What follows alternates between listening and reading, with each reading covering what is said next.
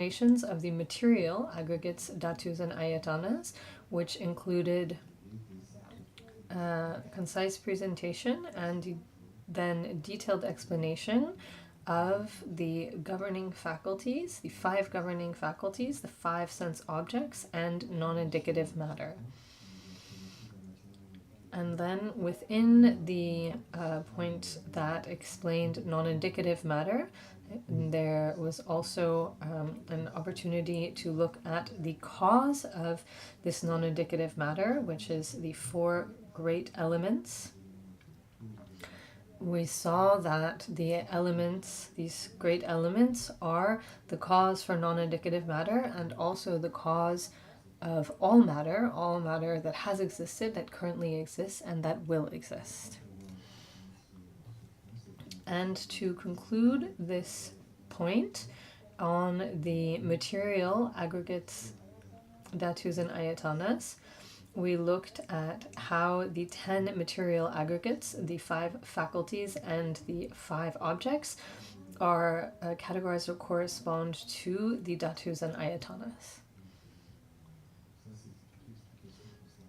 So that was the explanation concerning the material aggregates, dhatus, and ayatanas. And following this, we entered into the second point of the detailed explanation, which explains the aggregates, dhatus, and ayatanas that are sensation, etc.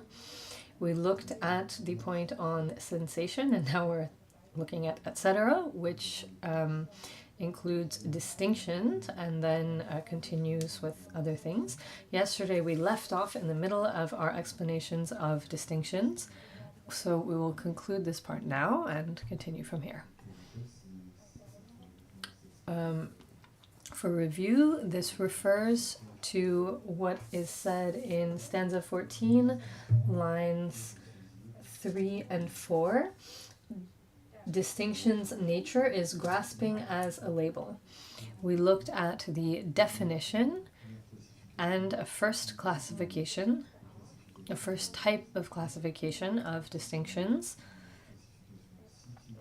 a classification into 6 types of distinctions. Distinctions born from contact with eye faculty, born from contact with ear faculty, nose faculty, tongue faculty, body faculty, and mental faculty.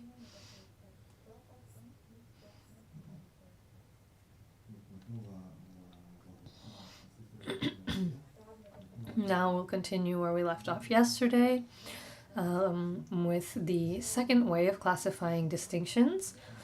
And here this concerns a classification into 2 types of distinctions.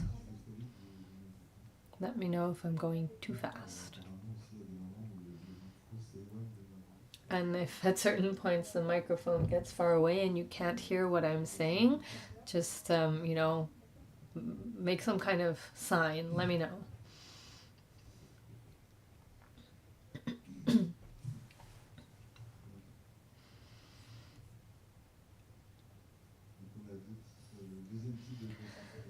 So the second type of classification is a classification into 2. There are distinctions that define the characteristics of appearance.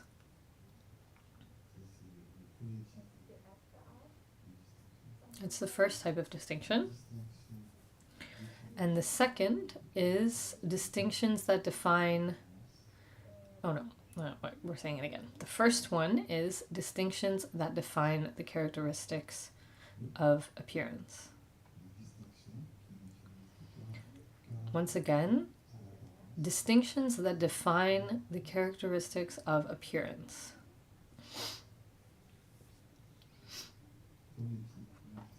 That's the first type of distinctions. And the second type is distinctions that define nominal characteristics based on or with help from conventional designations.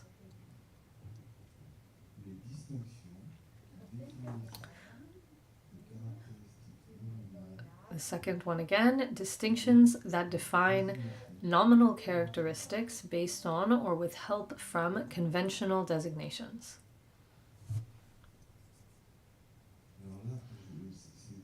And here, these two types of distinctions, I'll repeat them several times throughout the course of the explanations. It might be helpful for you to find a shorter way to write them down in your notes. We'll explain these two types of distinctions. The first type of distinction, this first type of distinction defines characteristics of appearance. In other words, of all knowable phenomena that are not designations, that are not names.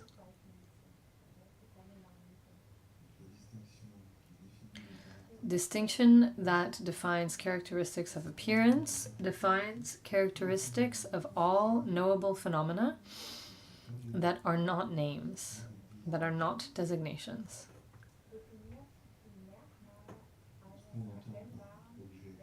Then this is what we understand by apparent objects, all objects that are not names.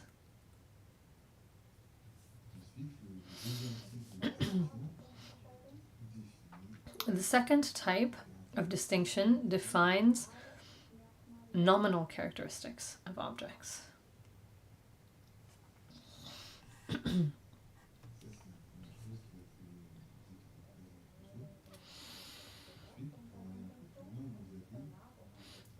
So that's the first thing Khelzang Puntso said.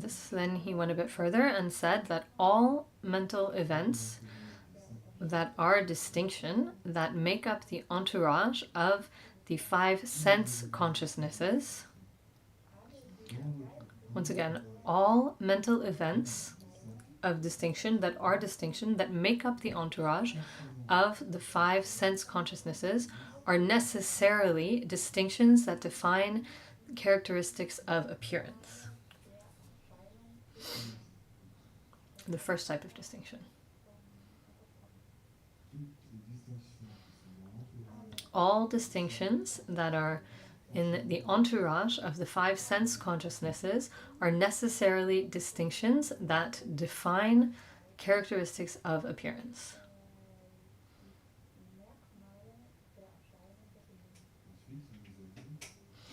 Then we said mental events of distinction that make up the entourage of mental consciousness are of two types. The two types that we've seen. All mental events that make up the entourage of mental consciousness can be of two sorts. They can be distinctions that define characteristics of appearance and distinctions that define a nominal characteristic of objects.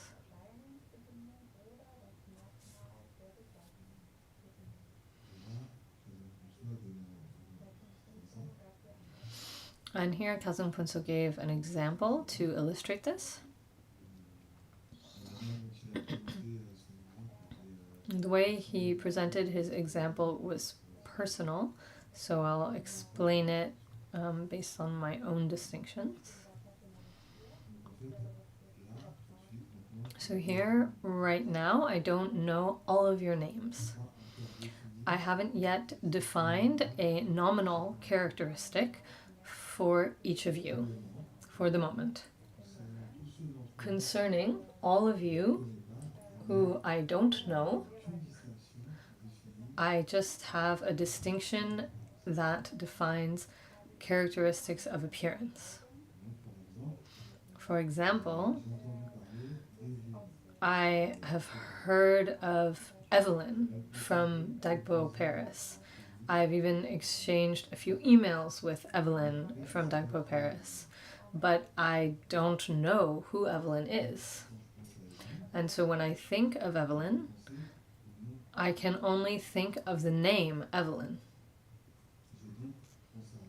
And so concerning Evelyn, I have only defined a nominal characteristic. However, a few days ago, a few days ago, I met Agathe from Montchardon, and since I was able to associate the name Agathe with the appearance of Agathe, when I think of Agathe, it will be a distinction concerning appearance. Before knowing Agathe, I had heard of Agathe, but I didn't know who she was. If I thought about Agathe during that time, I didn't know who Agathe was, and I only thought of the name Agathe, not her. And now that I know who Agathe is, the two aspects, the name Agathe and the appearance of Agathe, are together. And now when I think of Agathe, then I can really think of her, and my distinction concerning Agathe defines characteristics of appearance. And we saw that characteristics of appearance are in the entourage of sense consciousness. So now when I think of Agathe, I can have distinctions related to or defining characteristics of appearance. So now I can that are in the entourage of the five sense consciousnesses only define characteristics of appearance. Why? Because all the objects of the five sense faculties, all of these objects are visible objects, auditory objects, they are material objects. As all objects of sense faculties are material objects, they are not names.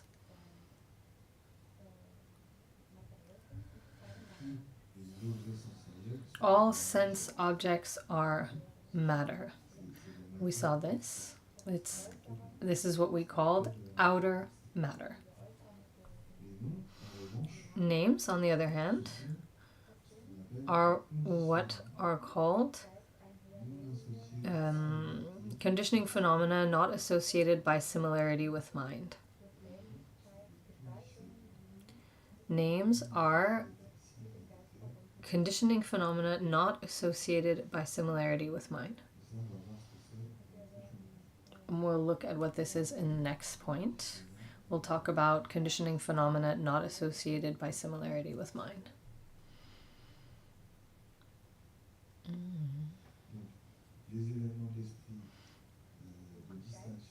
Mental events of distinction around the five sense consciousnesses only grasp the five types of outer matter. They do not grasp conditioning phenomena not associated by similarity with mind, such as names.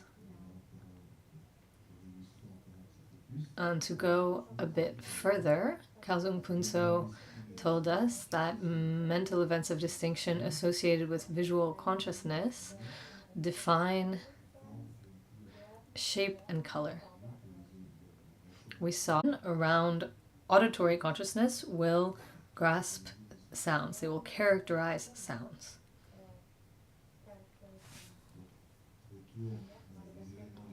Mental events of distinction around the five sense consciousnesses will only define visible, sounds, smells, tastes, and tangibilities. And these five types of sense objects are not names. They are outer matter. I'm repeating myself a bit, but I'm repeating it the way that Khelzang Puntso expressed it.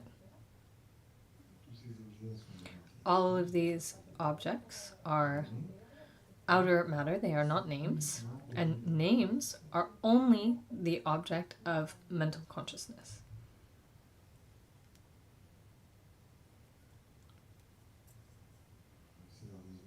This is the reason why distinctions associated with the five sense consciousnesses only define characteristics of appearance, and they do not define nominal characteristics.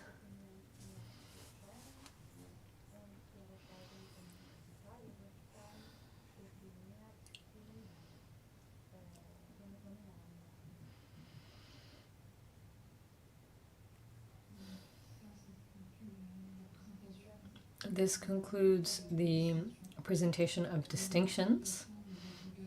We are looking at the explanation of aggregates, dhatus, and ayatanas that are sensation, etc. There are 4 parts to sensation, distinction, which we just concluded, and now we will continue with conditioning phenomena.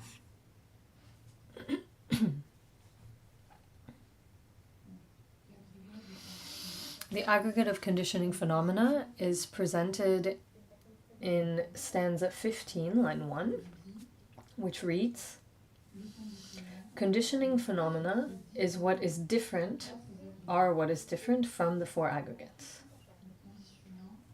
Conditioning phenomena are what is different from the 4 aggregates.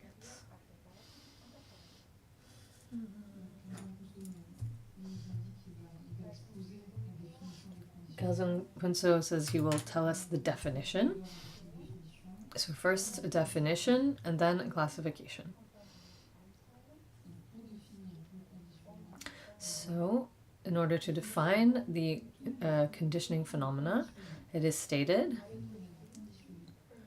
that all conditioned phenomena that are not in the aggregate of matter, nor the aggregate of sensation, nor the aggregate of distinctions, nor the aggregate of consciousness, are conditioning phenomena.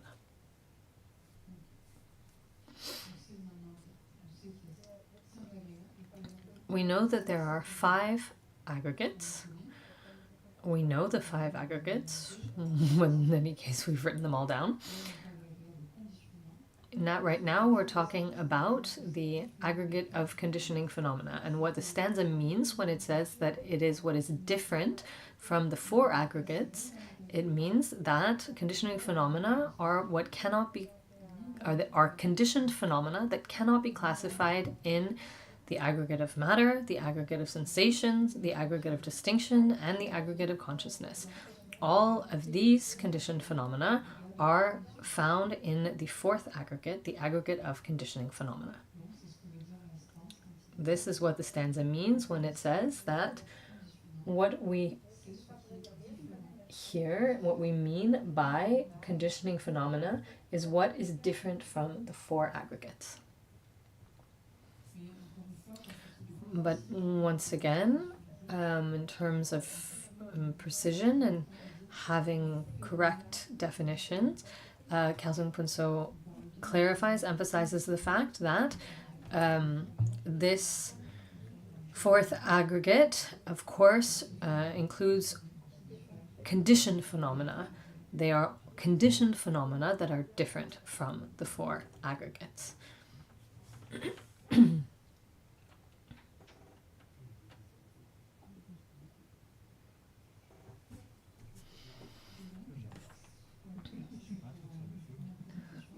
So that's the first presentation of a definition, and this brings us to a classification.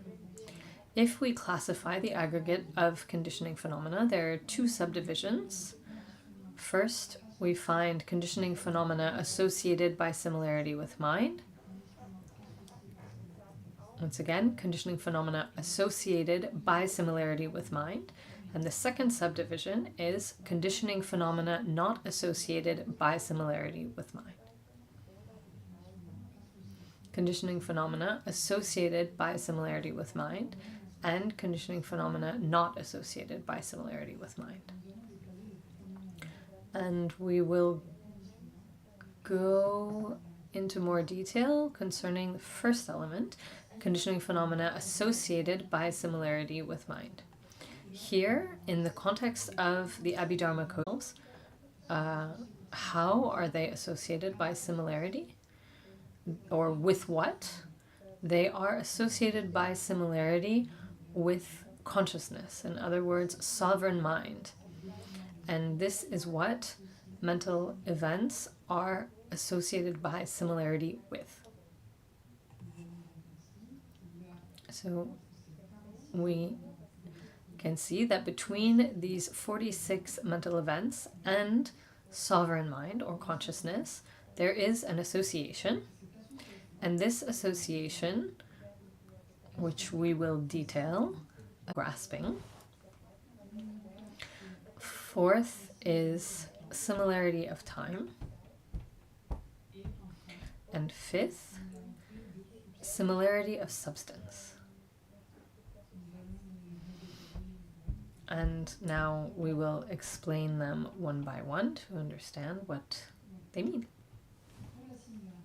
Concerning similarity of object, what we see here is that consciousness and mental events share the same focal point.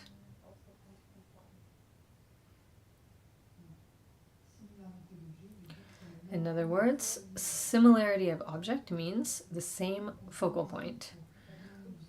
We can take a look at an example to illustrate this. If we consider visual consciousness that grasps an object, vase, in the entourage of this visual consciousness, there are 5 omnipresent mental events.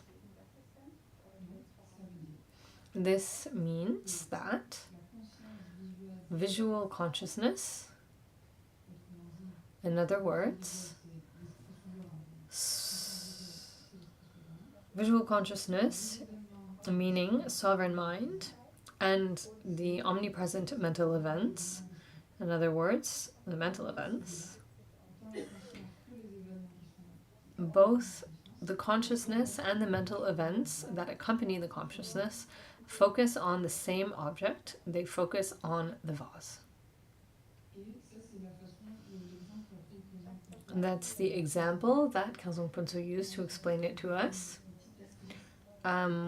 We thought that it was useful, nevertheless, to clarify or specify one thing. For those who have studied the entry to the state of a Pandita, we saw that for each consciousness, there are 5 omnipresent mental events and 5 that determine the object. And we think that in terms of Khelzang Puntso's explanation here, out of a habit of that tradition, he mentioned the 5 omnipresent mental events. But we see that here, in this context of the Abhidharmakosha, we don't talk about 5 plus 5 mental events, but rather 10, a group of 10 that accompany every moment of consciousness. So if we really want to be precise, it might be worth noting that here, this explanation concerning 5 omnipresent mental events is not technically in line with the tradition that we're in. We'll see that in the context of the kosha, it is presented in terms of 10 mental events, but that doesn't invalidate the point of the illustration, the example here. Next comes the similarity of support. If we consider the same example, visual consciousness and the mental events that make up its entourage, they are associated with, or they arise based on, the same support. Visual consciousness appears or is born based on eye faculty. And mental events arise or are born based on eye faculty as well. Because they are born based on the same faculty, we say that there is a similarity of support. They arise or are born based on the same faculty.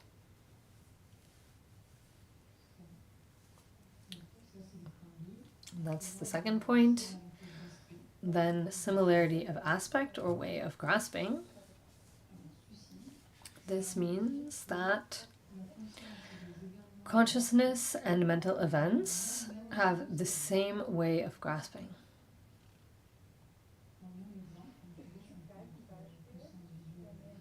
In the same example, if we consider visual consciousness of an object, vase, the visual consciousness that grasps the vase focuses on the vase, and the mental events associated with it also focus on the vase.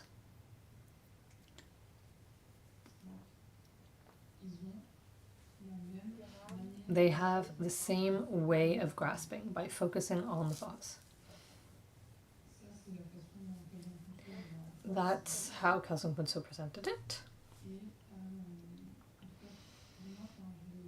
When I studied it, I had a bit of a tough time understanding this notion and in distinguishing the first point of the object. And as it happens, in the question and answer sessions of this retreat, there were some questions that were very helpful for me for clarifying this part. So I decided to share them with you here. What we can note is that the similarity of object concerns the object, outer matter, whereas once again, the object is the focal point, and when we talk about similarity of grasping, we are talking about the way of grasping. We're not talking about the outer object in this case, but rather the action of consciousness. So the emphasis is on what is observing as opposed to what is observed.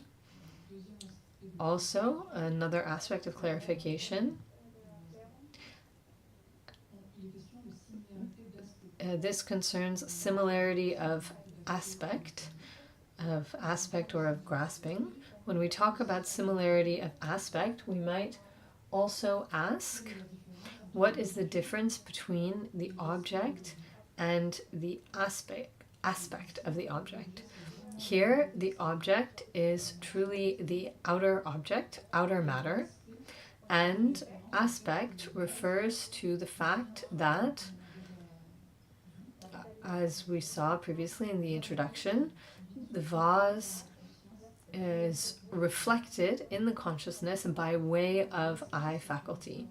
And so aspect refers to the reflection of the vase in the eye faculty. Khelzang Puntso told us it's like when there is a vase in front of a mirror. The object is the object, the vase, and the reflection of the vase is the aspect. The first point is similarity of object. Consciousness and mental events grasp the same object. They have the same focal point. And concerning similarity of aspect, they focus on the vase, and perhaps with the clarifications that have just been shared, it's easier to distinguish between the two similarities.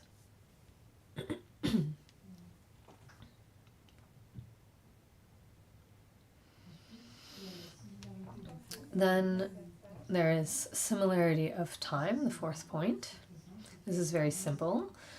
The moment when consciousness apprehends the vase is the same moment when mental events apprehend the vase. Consciousness and mental events apprehend the object at the same time in the same moment. And then the fifth point, similarity of substance. And here,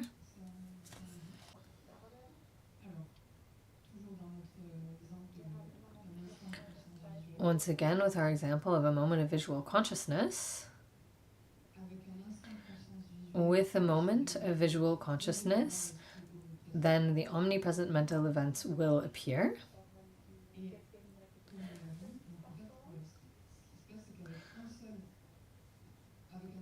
For a moment of visual consciousness, there can only be one of each of these mental events, there will be one impulse, one sensation, one contact, one attention focus. These are the omnipresent mental events. We'll go into them more later. But there can only be one of each at a time. There cannot be two sensations for a moment of visual consciousness. There will only be one substance of each mental event. And the same is true for the consciousnesses. There will be one visual consciousness and not two types of consciousness. For a moment of visual consciousness, there will just be visual consciousness. And this is why we say there is equality in the number of consciousnesses and mental events developed, and there can only be one of each.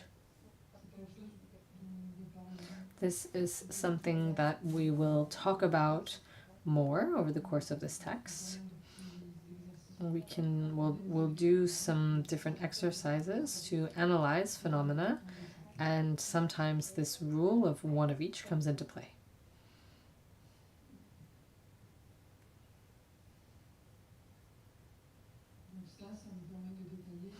This allows us to go into detail about each of these 5 similarities.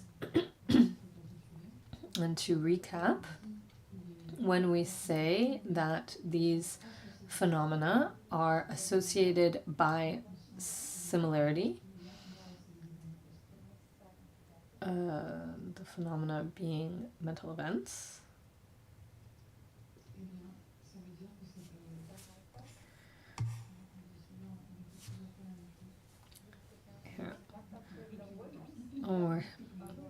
okay, wait a second. I feel like I've said this a bunch of times already and I'm getting mixed up, but no, that's it. We say that these conditioning phenomena are associated by similarity. It means that sovereign mind and mental events have 5 similarities, and due to this, they resemble each other. Mental events resemble consciousness, and consciousnesses resemble mental events.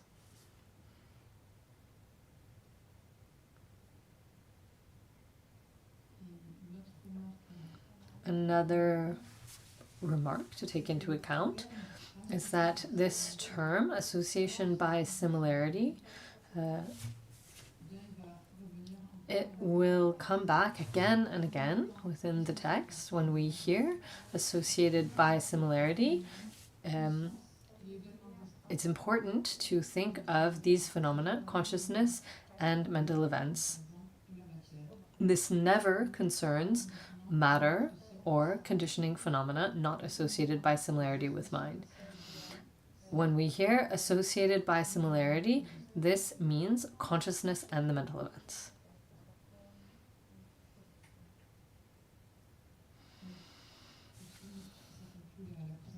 This concludes the presentation of the first category, conditioning phenomena associated by similarity with mind. Now we will look at conditioning phenomena not associated by similarity with mind. As their name seems to indicate, these conditioning phenomena are said to be not associated by similarity with mind, because here there is no association by similarity. These 5 similarities are not present. These 5 similarities with sovereign mind are not present. These conditioning phenomena are not associated with sovereign mind by way of these 5 similarities. This is why they are called conditioning phenomena not associated by similarity.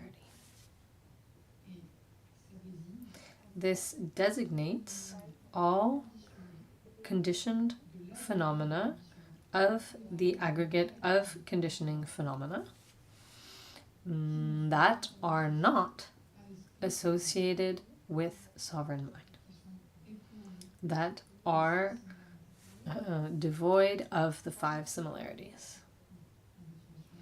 The definition is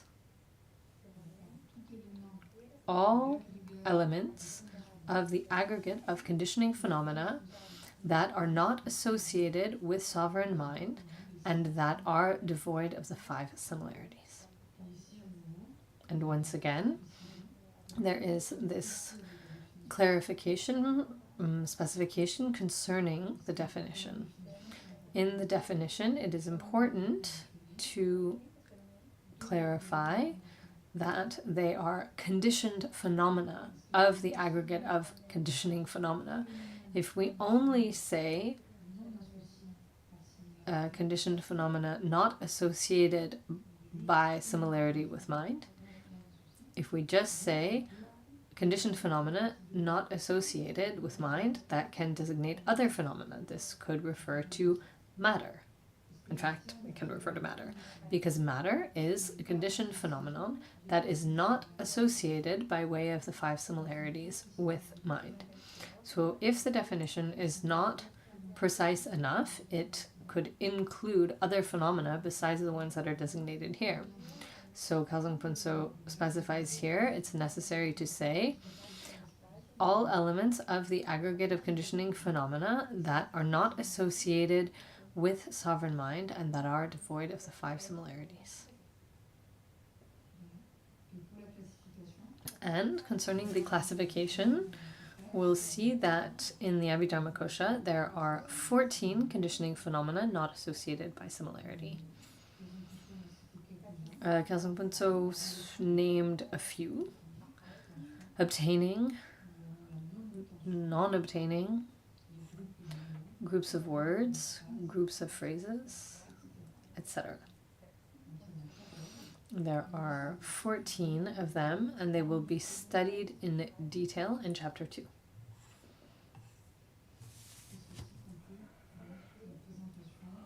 This concludes the presentation of conditioning phenomena.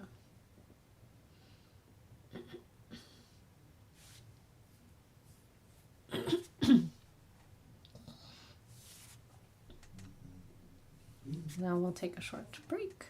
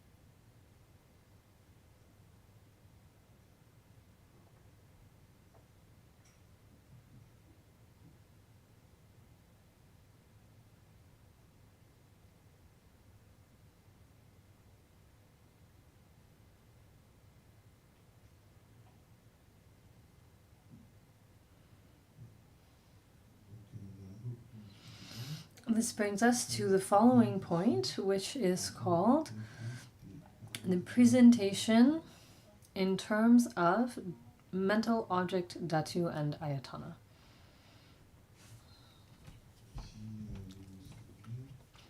If you recall, when we concluded the presentation of the material aggregates, dhatus, and ayatanas, there was a point that showed how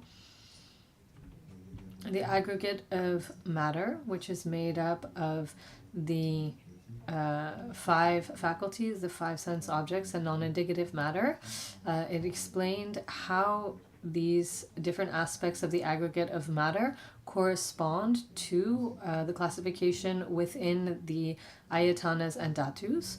And we saw that we only included the 10 that are the five faculties and five objects and classified them into the dhatus and ayatanas. So that's a quick reminder. And now in this point that we are coming to, we'll look at the different phenomena that we just looked at, sensations, distinctions, and conditioning phenomena. We'll also consider non-indicative matter and the three unconditioned phenomena that we considered earlier. So here we're going to take all of these phenomena and look at how these phenomena are included into the ayatanas and dhatus. How y'all doing?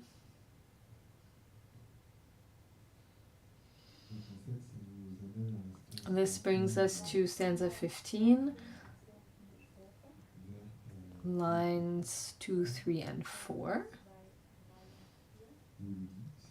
where it is said, these three, non-indicative matter and the unconditioned, are called mental object ayatanas or dhatus.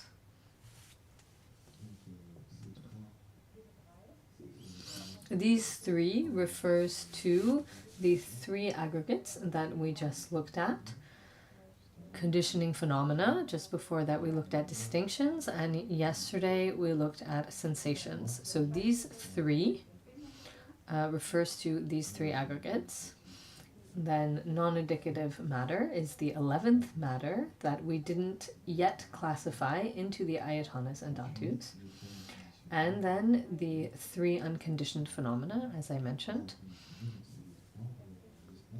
The three which are space, cessation by way of examination, and cessation without the means of examination.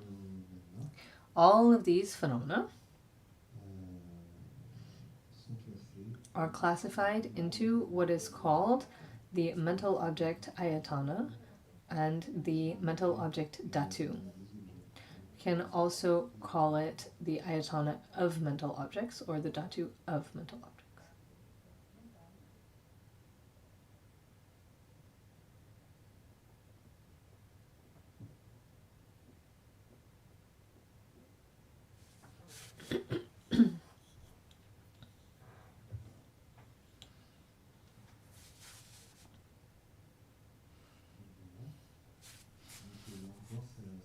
Once again, this point shows us how, when we talk about aggregates, dhatus, and ayatanas, we are talking about the same phenomena, in fact. We'll talk about this again as we go on, but unconditioned phenomena are found in the classification of the ayatanas and the dhatus as mental objects, but we don't find them among the five aggregates, because the five aggregates only concern conditioned phenomena.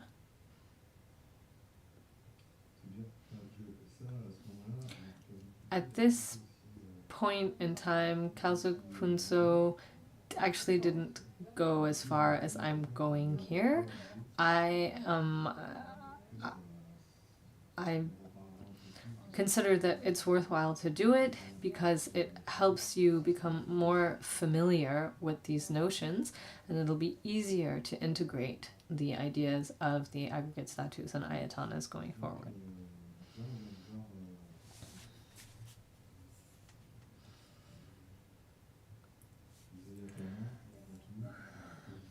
And so now we have seen the presentation of the object, the mental object, dhatu and ayatana.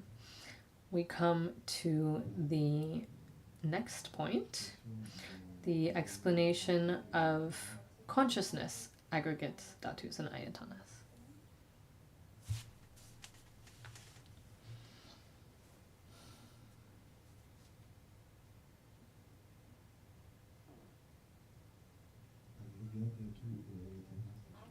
the consciousness aggregate status and ayatanas.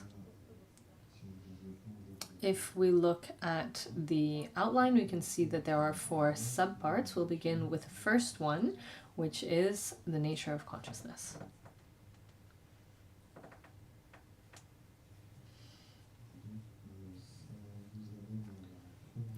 This brings us to the first line of stanza 16, which gives the definition of consciousness. It says, consciousness is what knows distinctly.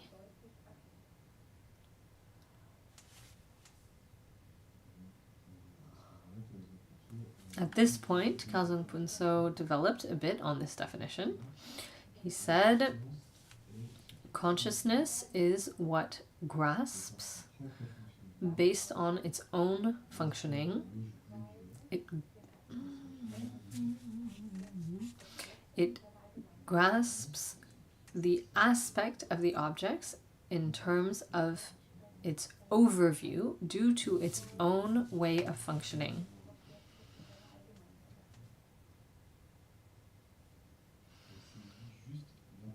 It just grasps the appearance of the object. Then he added that mental events, due to their own way of functioning, grasp the particularities of the object.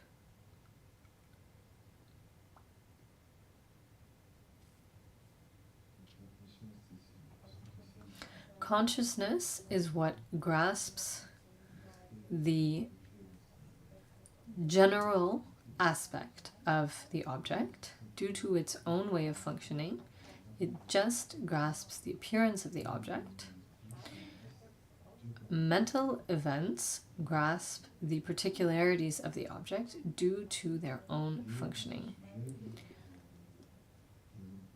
And then Khelzang Puntso also shared a remark from Vasubandhu concerning the difficulty of differentiating the work that the consciousnesses do and what the mental events do. And this is a point that Vasubandhu brought up. What he said is that as an ordinary being, we cannot determine what consciousness grasps and what the mental events grasp. It's very difficult to determine what one does and what the other does.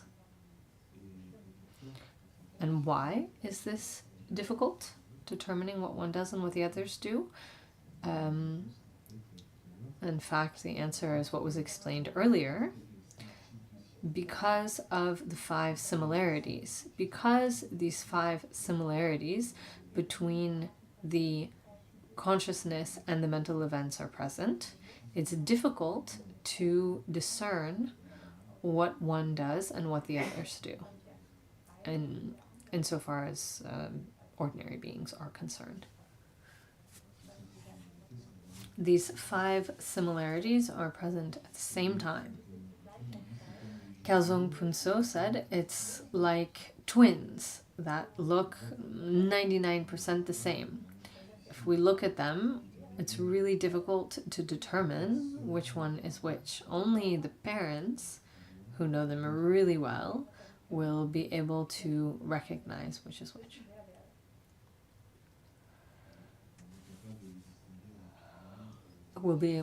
Only the parents will be able to distinguish them quickly and easily. Concerning consciousness and mental events, the same is true.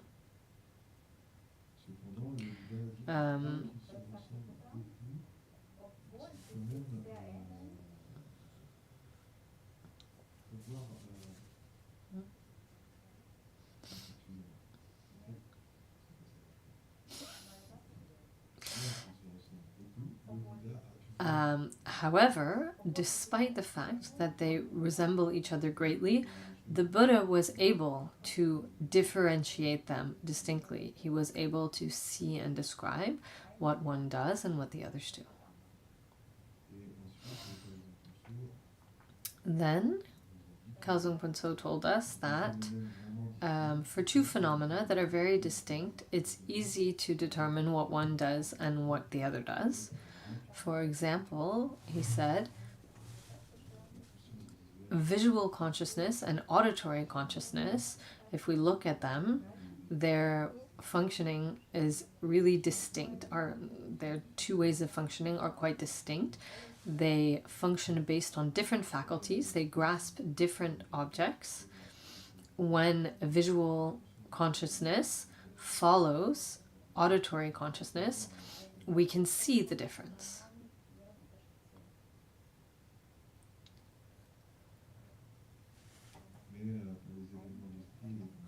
But concerning mental events and the consciousnesses, this is not the case. They are indeed a distinct, different phenomena, but because these 5 similarities between them are present, they resemble each other greatly. But not completely. Now, this is why it is difficult to determine what one does and what the others do.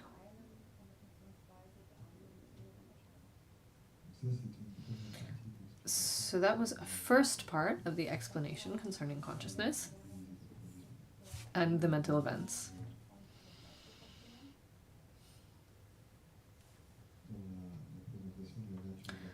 And here we're in this section about the nature of consciousness, and we can see that the nature of consciousness is presented in relation to its relationship to the mental events. You'll see that in the following explanations as well. Khelzang Puntso continues talking about the difference between consciousness and the mental events. He says what makes them different. One is autonomous in its task or activity, and the other depends on the former in order to accomplish the same task. We saw that consciousness grasps the general aspect of the object due to its own way of functioning, and that mental events grasp the particularities of object due to their own way of functioning.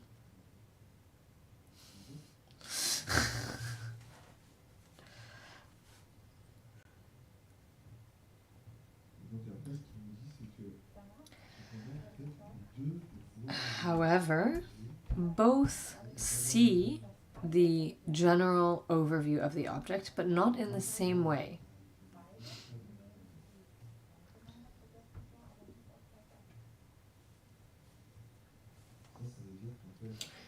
This means that consciousness grasps the general overview, the general aspect of the object due to its own way of functioning, on its own, without needing the mental events. Whereas the mental events, in order to grasp the general overview of the object, they rely on consciousness.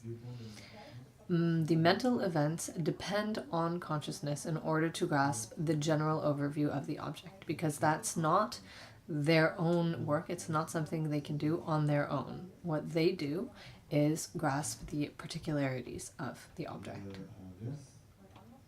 By contrast, or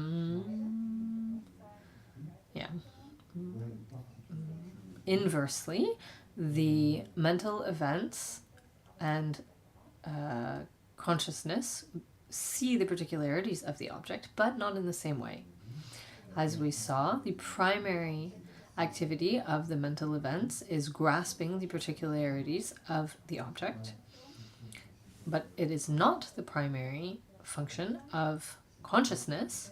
This is why consciousness relies on the mental events to grasp the particularities of the object.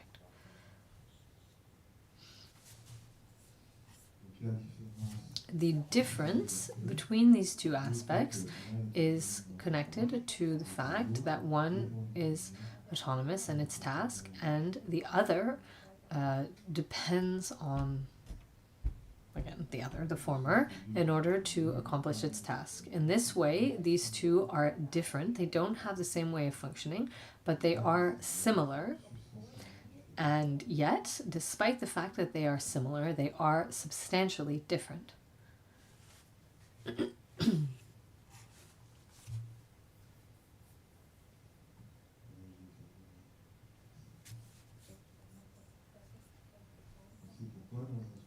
So this is why it's something that was declared by the Buddha in a sutra. Consciousness and mental events are distinct phenomena. They can work autonomously, or they can rely on each other. Although they resemble each other, they are different, each with their own task or activity.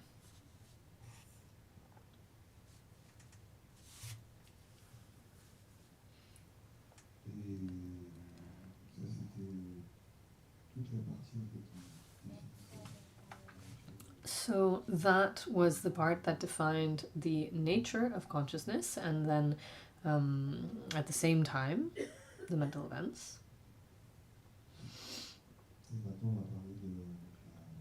And now we will look at the classification of the consciousnesses. It's very simple. There are 6 consciousnesses: visual consciousness, auditory consciousness, gustatory consciousness, olfactory consciousness, tactile consciousness, and mental consciousness.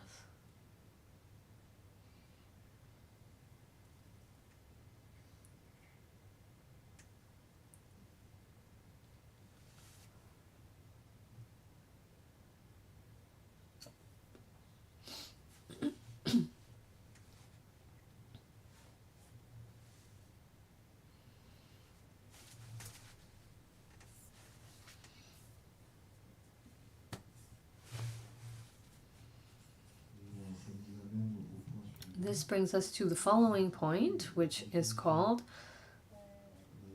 definition in terms of ayatana, or as ayatana, which corresponds to the second line of stanza 16, which reads, "The mental ayatana also consists in this."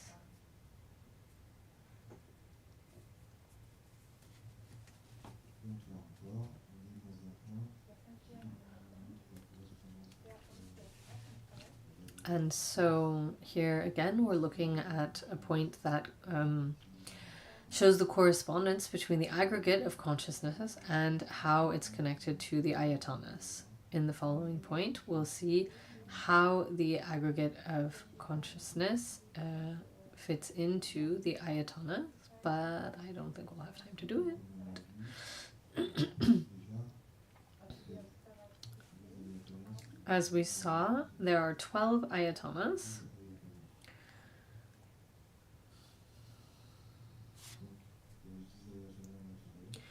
There are the 10 material ayatanas. You can imagine 2 columns.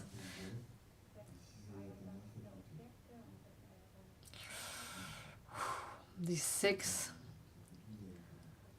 ayatanas of objects and the 6 faculty ayatanas. So out of these, we've seen the 10 material ayatanas. There are 5 objects and 5 faculties. The 2 non-material ayatanas are what remain. There is the ayatana of mental objects that we already talked about, and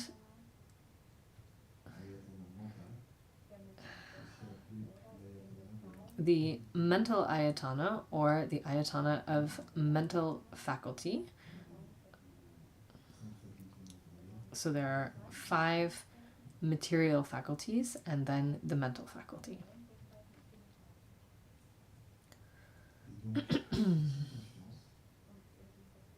These 6 consciousnesses are all grouped into the ayatana of mental faculty.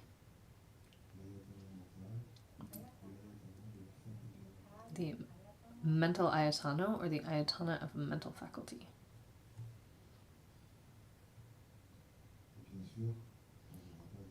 And of course, we don't have the time to explain this mental faculty. That'll be for next time.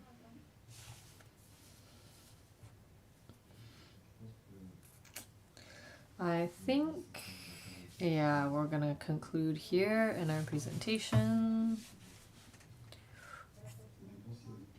It depends on if there are questions, a lot of questions.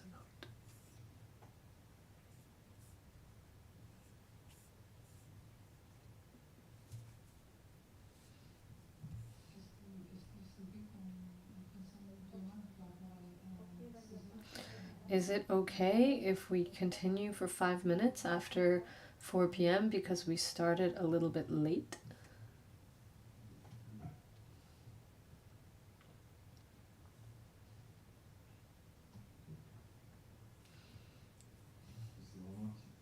It's the next point's really short. It's very short, and it concludes this part. It brings things to a conclusion. Come on, let's go.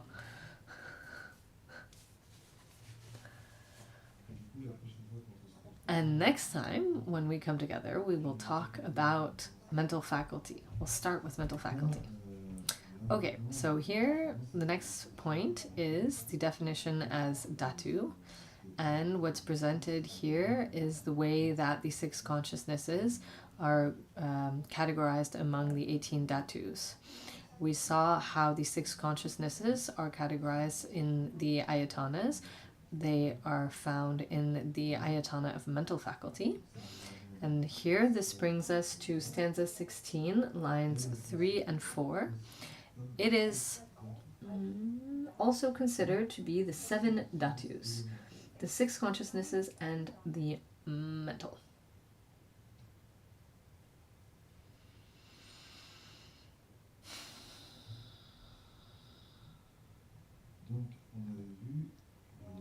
We briefly saw that there are 18 dhatus. To make it simple, we can imagine 3 groups of 6. 3 times 6, 18. The object dhatus, the faculty dhatus, and the consciousness dhatus. Each column has 6 elements. In the object dhatus, we have the 5 sense objects, the 5 material objects, plus mental objects. In the faculty dhatus, we have the 5 material faculties plus the mental faculty. And in the 6 consciousness dhatus, we have the 6 consciousnesses: visual, auditory, olfactory, gustatory, tactile, and mental. And so, the 6 consciousnesses, it is said, they are considered as the 7 dhatus, the 6 consciousnesses, and the mental.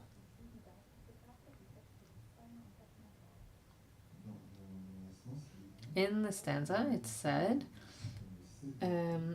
it is also considered to be the 7 dhatus, the 6 consciousnesses, and the mental. I'm going to explain right now.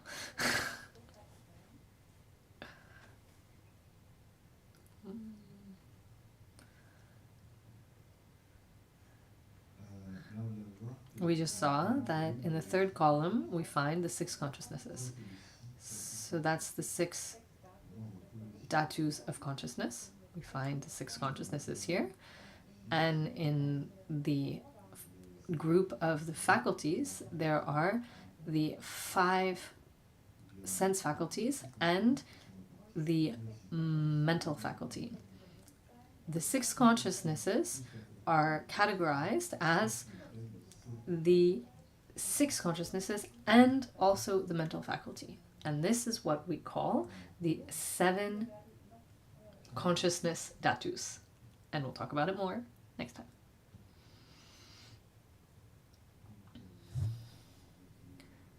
We'll conclude here, and if there are questions, go ahead.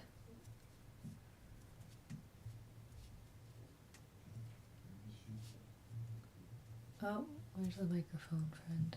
There he is.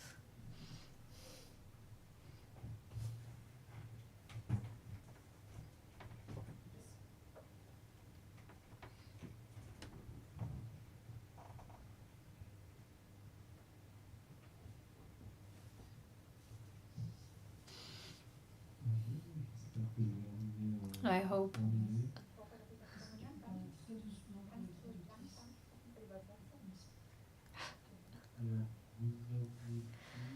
You said concerning the difference between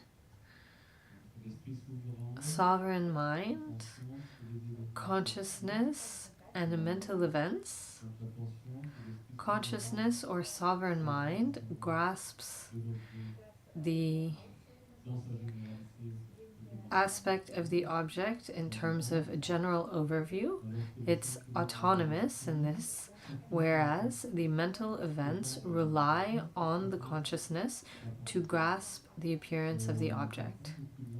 However, later you said also consciousness also relies on the mental events to see the particularities. This means that one depends on the other. They depend on each other, not one that's independent and then the other one that's dependent.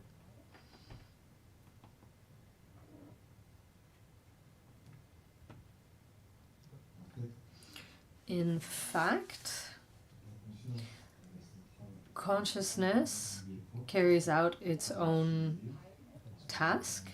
Due to its own way of functioning, it grasps the general aspect of the object.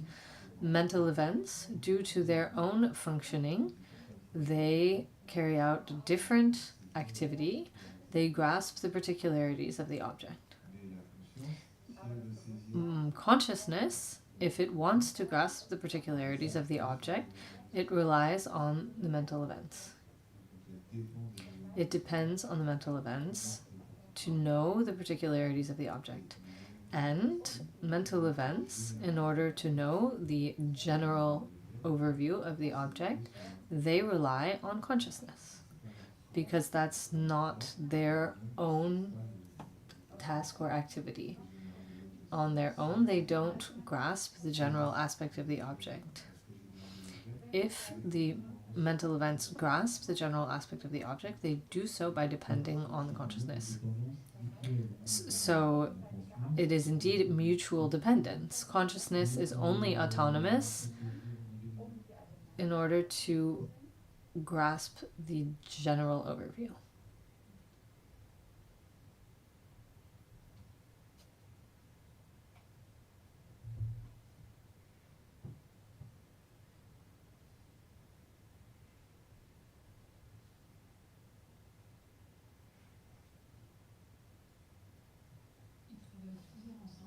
They always work together. That's not contradicted. The term autonomous means that consciousness grasps the generality due to itself, and the mental events grasp the particularities due to themselves, on their own. If you want to clarify this point with another way of looking at it, when we looked at the 10 points of the Vaibhashika view, we presented this subject, the mental events and consciousness.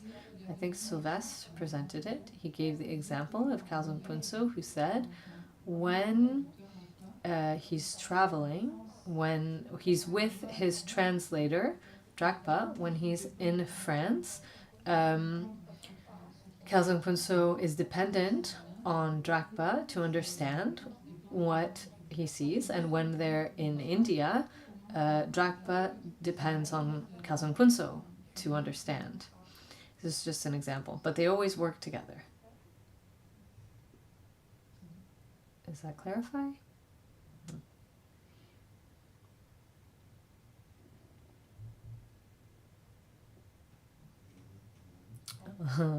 Last question for the road. Sorry, we don't have much time for the questions.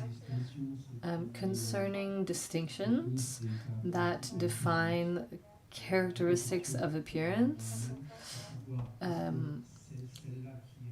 are these what is present among the 5 omnipresent mental events, and also defining characteristics of appearance?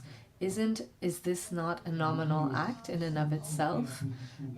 Without apposition, without placing a name on something, when we see a green object,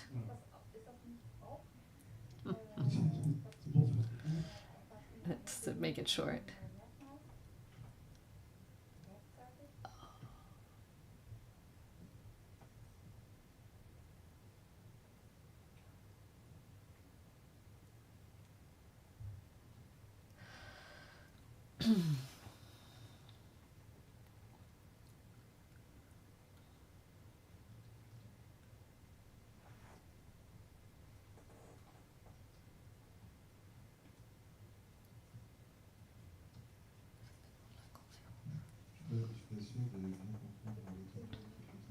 I'm not sure I fully understand the breadth of your question.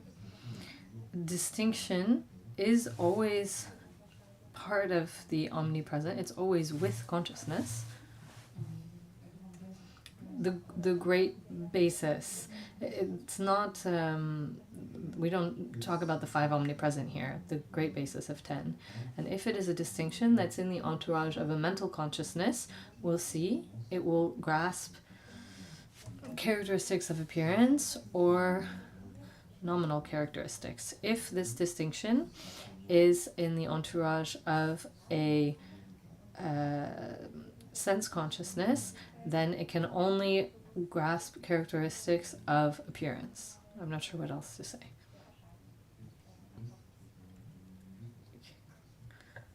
Maybe Sylvestre can add something.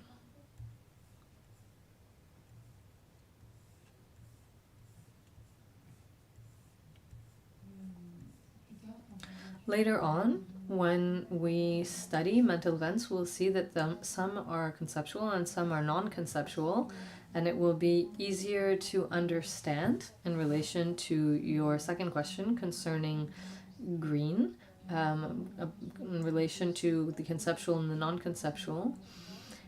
I definitely had this question too about how these notions relate to what's conceptual and what's non-conceptual, but for now I think it's helpful to stick with what was given here, characteristics of appearance or characteristics that are nominal. This will... yeah, your question maybe, it doesn't technically answer your question, but it tells you when it may be answered. We'll conclude here.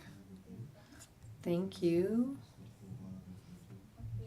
And we'll come together again to continue soon. Get home safe.